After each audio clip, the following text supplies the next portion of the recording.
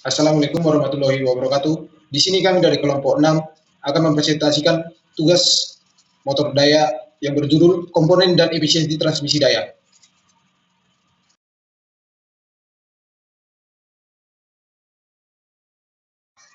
Baik, yang berikutnya itu prinsip dasar transmisi daya. Transmisi daya adalah proses pemindahan energi mekanik dari sumber penggerak ke mesin kerja melalui komponen mekanik. Sistem ini bertujuan mengatur kecepatan, torsi, dan arah putaran sesuai kebutuhan operasional. Komponen utama seperti sabuk, roda gigi, dan juga rantai berperan menentukan efisiensi transmisi. Kondisi kerja dan desain elemen turut mempengaruhi kinerja mesin sistem. Pemahaman prinsip dasar ini bermanfaat untuk mengurangi kerugian energi, meningkatkan performa, dan juga memperpanjang umur mesin di berbagai aplikasi industri. Baik, berikutnya itu jenis-jenis transmisi daya. Yang pertama itu ada sabuk atau belt, yang kedua itu transmisi roda gigi atau gear, dan juga transmisi rantai atau chain. Di mana transmisi sabuk penggunaannya itu fleksibel untuk jarak poros bervariasi. Yang kedua itu keunggulan biaya rendah dan perawatan yang mudah. Yang ketiga itu kelemahannya itu kelemahan tergelincir dan efisiensi sedikit lebih rendah. Untuk transmisi roda gigi, yang pertama itu penggunaan presisi tinggi, beban berat, dan juga kecepatan tetap. Yang kedua itu keunggulan efisiensi sampai 98% dan tidak tergelincir. Yang ketiga itu kelemahan biaya serta perawatan lebih tinggi dan kebisingan. Yang ketiga itu transmisi rantai atau chain. Di mana yang pertama penggunaan untuk keandalan tinggi pada kecepatan sedang. Yang kedua itu keunggulan transfer daya solid dan daya tahan tinggi. Kelemahan memerlukan pelumasan dan juga penyetelan yang rutin.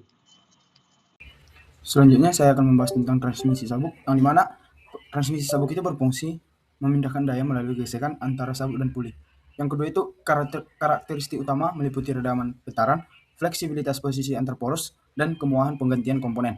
Selanjutnya itu transmisi sabuk memiliki efisiensi yang berkisar antara 90% hingga 98% dan dipengaruhi oleh tergelincir dan kausan sabuk dan kausan kaum sabuk. Selanjutnya, kerugian energi yang teraji akibat kemungkinan slip dan abrasi pada sabuk selama operasional. Setelah itu, aplikasi umum mencakup belt conveyor, sistem wanita, ventilasi, dan mesin ringan. Baik, selanjutnya saya akan membahas transmisi gigi, yang dimana yang pertama itu transmisi roda gigi menggunakan intervensi gear untuk transfer daya mekanis dengan presisi tinggi. Yang kedua itu efisiensi sistem sangat tinggi mencapai 95-98% dengan torsi besar dan slip minimal. Yang ketiga itu transmisi gigi memiliki kekuatan sistem yang tinggi untuk kestabilan transfer daya. Lalu yang keempat itu memerlukan pelumasan untuk mengurangi kausan pada kontak gigi. Dan yang terakhir itu ada transmisi gigi ini umum digunakan pada kendaraan, mesin industri, dan perangkat presisi. Selanjutnya saya akan menjelaskan bagian transmisi rantai. Transmisi rantai merupakan sistem pemindah daya dan putaran dari satu poros ke poros lainnya dengan menggunakan rantai dan sprocket.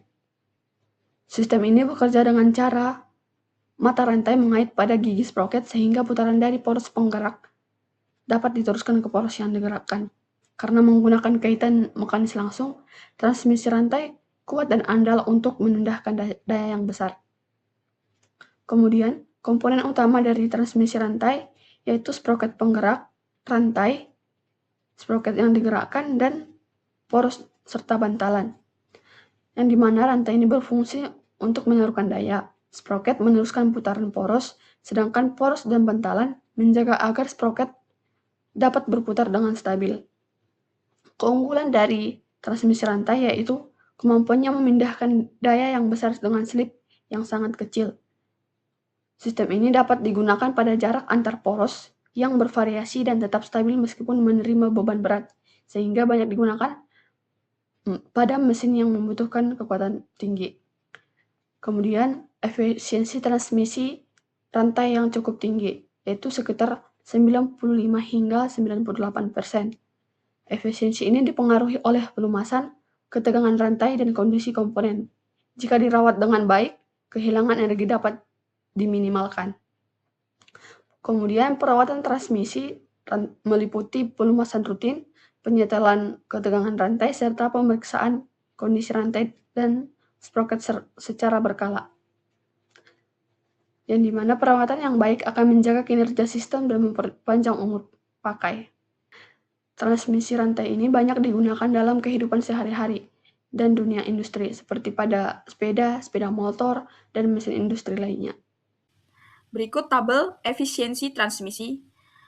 Kolom pertama ada kolom belt menunjukkan jenis sabuk yang digunakan dalam sistem transmisi, yaitu ada NE22, XH500, LL2, dan CFG. Setiap sabuk memiliki karakteristik material dan kekakuan yang berbeda, sehingga respon getarannya juga berbeda. Kolom kedua ada vibration frequency atau HZ, menunjukkan nilai frekuensi getaran yang terukur pada masing-masing sabuk. Frekuensi ini berkaitan erat dengan tingkat ketegangan, kekakuan, dan elastisitas sabuk. Semakin tinggi frekuensi getaran, umumnya sabuk semakin tegang dan kaku. Kolom ketiga ada makna dari tiap data. Yang pertama ada NE22, frekuensinya 58 Hz, memiliki frekuensi getaran yang paling tinggi. Hal ini menandakan sabuk sangat tegang atau lebih kencang, sehingga getaran yang dihasilkan lebih besar. Kondisi ini biasanya baik untuk transmisi daya, tetapi jika terlalu tinggi, dapat mempercepat keausan. XH500, frekuensi 28 Hz, menunjukkan frekuensi terendah. Artinya, sabuk lebih longgar atau lebih elastis. Kondisi ini berpotensi menimbulkan slip sehingga efisiensi transmisi daya bisa menurun. Yang ketiga ada LL2, memiliki frekuensi 39 Hz. Frekuensi LL2 getarannya sedang. Ia menunjukkan keseimbangan antara ketegangan dan elastisitas sabuk, sehingga transmisi daya relatif stabil. Yang terakhir ada CFG, frekuensinya 36 Hz. Frekuensi CFG hampir sama dengan LL2, namun sedikit lebih rendah, menandakan karakteristik sabuk yang mirip tetapi sedikit lebih elastis.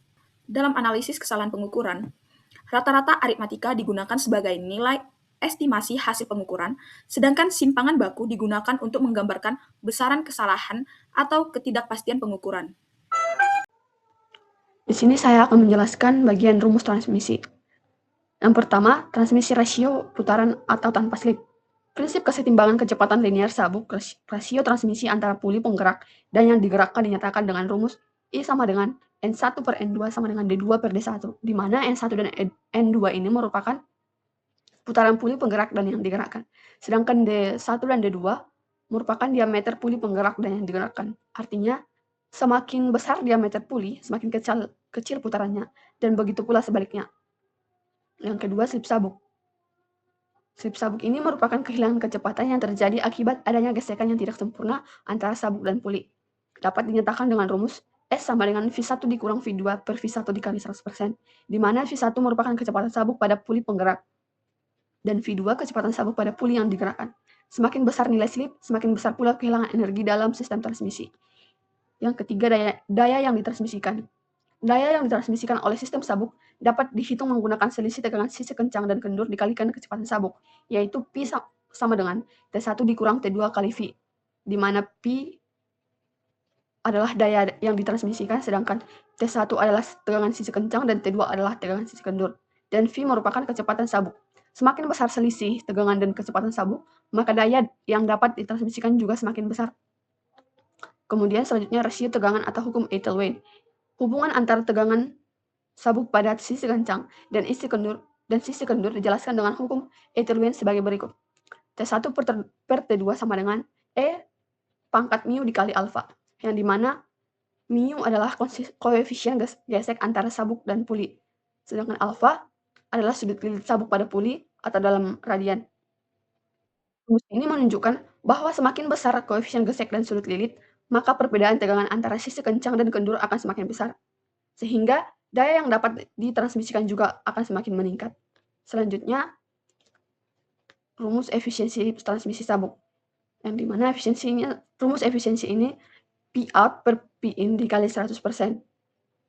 Nilai efisiensi dipengaruhi oleh slip, gesekan, dan kondisi sabuk. Semakin kecil kehilangan energi, maka efisiensi transmisi akan semakin tinggi. Rumus transmisi roda gigi dan rantai. Rasio gigi. Rasio transmisi pada roda gigi ditentukan oleh jumlah gigi pada roda penggerak dan roda yang digerakkan. Dengan rumus I sama dengan N2 per N1 sama dengan N1 per N2, di mana N besar jumlah gigi pada roda gigi penggerak dan digerakkan. N kecil kecepatan putar masing-masing roda dengan satuan RPM. Daya yang ditransmisikan. Daya mekanik yang ditransmisikan melalui roda gigi dapat dinyatakan dengan hubungan P sama dengan T1 dikurang T2 dikali V, di mana P itu daya, satuan watt, T itu torsi dengan satuan Newton meter, V itu kecepatan dengan satuan meter per sekon. Efisiensi gear umumnya tinggi 97–99%, tetapi bisa menurun akibat gesekan atau pelumasan buruk. Rasio transmisi pada sistem rantai ditentukan oleh perbandingan jumlah gigi sproket penggerak dan sproket yang digerakkan dengan rumus I sama dengan T2 per T1 sama dengan N1 per N2. Kecepatan rantai. Kecepatan linear rantai dapat dihitung dari hasil kali antara pitch rantai dan kecepatan rotasi sproket.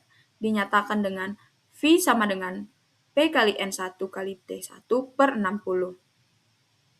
Efisiensi rantai transmisi. Efisiensi transmisi diperoleh dengan membandingkan daya keluaran terhadap daya masukan sebagaimana dirumuskan. Efisiensi sama dengan P out per P in dikali 100%. Efisiensi total sistem multitahap pada sistem transmisi gabungan belt gear chain. Efisiensi total diperoleh dengan mengalihkan efisiensi tiap tahap, dirumuskan sebagai efisiensi total sama dengan efisiensi 1 dikali efisiensi 2 dikali efisiensi 3. Pada slide ini ditampilkan contoh soal sistem transmisi sabuk puli yang bertujuan untuk memahami hubungan diameter puli, kecepatan putar, serta pengaruh slip sabuk. Soal yang pertama yaitu sebuah sistem transmisi sabuk menghubungkan dua puli, diameter puli penggerak yaitu 200 mm, diameter puli yang digerakkan yaitu sama dengan 400 mm, kecepatan putaran puli penggerak yaitu sebesar 1500 rpm. Lalu tentukan kecepatan putaran puli yang digerakkan ataupun sama dengan N2 yang akan ditanya. Nah, seperti yang sudah dijelaskan bahwasanya dari rumus sudah memberikan yang mana N2 sama dengan N1 dikali D1 per D2. Maka kita tinggal memasukkan nilai-nilainya. Seperti yang kita tahu kan, N2 sama dengan 1500 dikali 200 per 400 sama dengan 750 rpm. Artinya, karena diameter puli yang digerakkan lebih besar, maka kecepatan putaran menjadi lebih rendah. Oke, kita lanjut ke soal yang nomor 2. Soal yang kedua yaitu dalam sistem yang sama, ternyata puli digerakkan hanya berputar pada 720 rpm. Nah, maka dari itu, hitung presentasi slip sabuk. Seperti diketahui, rumus slip adalah S sama dengan F1 dikurang F2 per F1 dikali 100%. Nah, sama dengan N1 per N2 per N1 dikali 100%. Untuk slipnya itu adalah 1500 dikurangi 720 per 1500 dikali 100%. Nah, untuk N-nya itu adalah 780 per 1500 dikali 100%. Yang mana hasilnya itu menunjukkan sebesar 52%. Nah,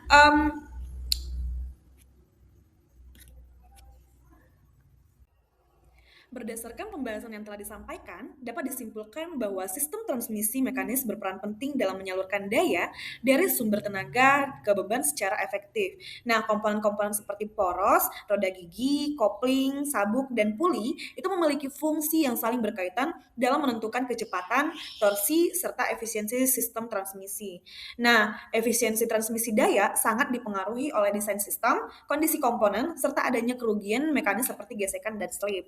Nah, oleh karena itu, pemilihan komponen yang tepat serta perawatan yang baik sangat diperlukan untuk meminimalkan kehilangan daya dan meningkatkan kinerja sistem secara keseluruhan.